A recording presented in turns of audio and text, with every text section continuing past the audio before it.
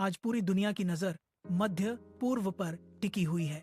वजह है ईरान और यूनाइटेड अरब एमिरेट्स के बीच बढ़ता तनाव। अगर यह संघर्ष पूरी तरह युद्ध में बदलता है तो इसका असर सिर्फ इन दो देशों तक सीमित नहीं रहेगा, बल्कि पूरी दुनिया की राजनीति और अर्थव्यवस्था पर पड़ सकता है। सबसे पहले समझते हैं कि यह तनाव क्यों बढ़ा। मध्य पूर्व में कई सालों से अलग अलग देशों के बीच शक्ति संतुलन की लड़ाई चल रही है। एक तरफ ईरान है जो इस क्षेत्र में अपना प्रभाव बढ़ाना चाहता है। दूसरी तरफ खाड़ी के देश हैं जिनमें यूएई भी शामिल है, जो अपनी सुरक्षा और प्रभाव बनाए रखना चाहते हैं।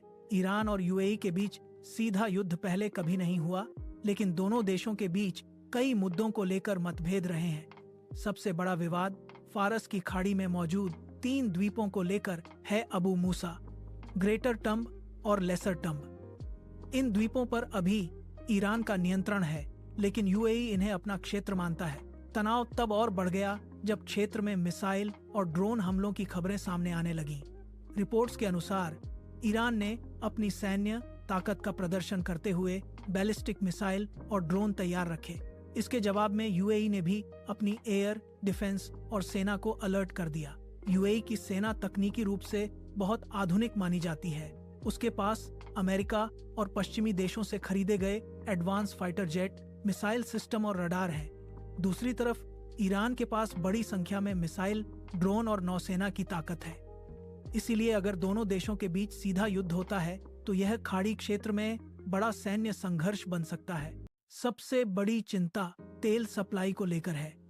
दुनिया का बड़ा हिस्सा तेल इसी क्षेत्र से आता है, खासकर पर्शियन गल्फ से।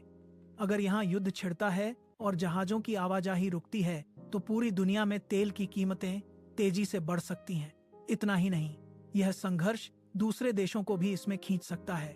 यूएई के करीबी संबंध यूनाइटेड स्टेट्स और पश्चिमी देशों से हैं, जबकि ईरान के कुछ क्षेत्रीय सहयोगी भी हैं। इसलिए किसी बड़े हमले की स्थिति में यह एक क्षेत्रीय युद्ध का रूप ले सकता है।